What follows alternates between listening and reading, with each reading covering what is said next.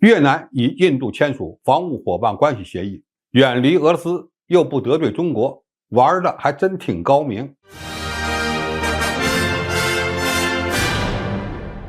观众朋友、网友朋友，大家好，我是付天少。在中国的所有邻国中，印度与越南是两个最特殊的存在。越南与中国在南海有着主权争端，但又同样是社会主义国家，可以说是有潜在冲突风险的同志家兄弟。印度则是与中国有着上千公里长的边境线，且至今仍没有与中国完成边境划界的邻国。而莫迪政府还野心勃勃地把中国列为其主要的竞争对手。过去，越南发展防务合作关系主要依赖俄罗斯，曾经进口过基洛级潜艇和苏30战斗机等先进的武器装备。在俄乌冲突持续的背景下，越南也面临着西方要求其与俄罗斯拉开距离的压力。就在这种局势下，越南与印度靠拢在了一起。日前，双方共同签署了2030年前防务伙伴关系的声明。要注意，这是一份时间跨度非常长的安全合作协议。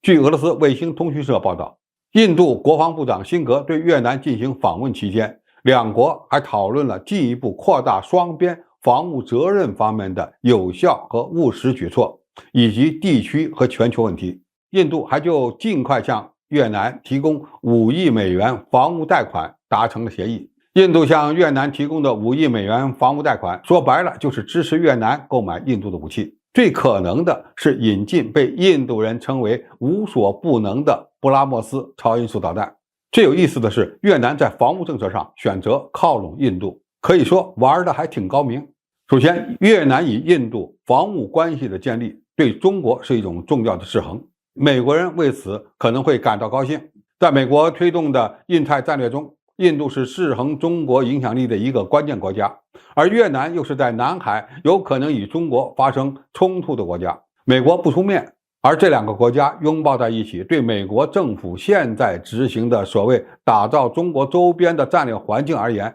是非常有利的。越南可以进一步远离对俄罗斯的武器依赖。俄乌冲突带来的一个冲击波，就是俄罗斯将在未来很长一段时间内被西方实施科技封锁，这将导致俄罗斯的高精尖武器装备面临供应链中断的问题。因为俄罗斯的武器现在也离不开西方的芯片。越南与印度一样，对俄乌冲突的立场也是保持中立，但是面临着美国和欧洲的压力，越南的工业产品对美国市场的依赖性非常强。为了避免遭到美国和欧洲的压制，该国进一步降低对俄罗斯武器的依赖也是大势所趋，从印度进口武器装备，而不是继续从俄罗斯购买，这对西方也算是有了个交代。最后，越南此举可以避免进一步刺激中国。中国与越南现在的双边关系还算稳定，而且中国一再告诫越南不得引进域外军事力量，其实就是不能让美国来搅乱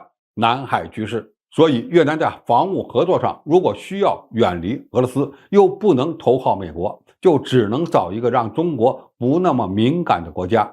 而印度可能就是比较合适的那一个。当然，这里还有一个深层次的原因，就是印度非常积极地想要越南购买印度产的武器，以提升其在亚太地区的影响力。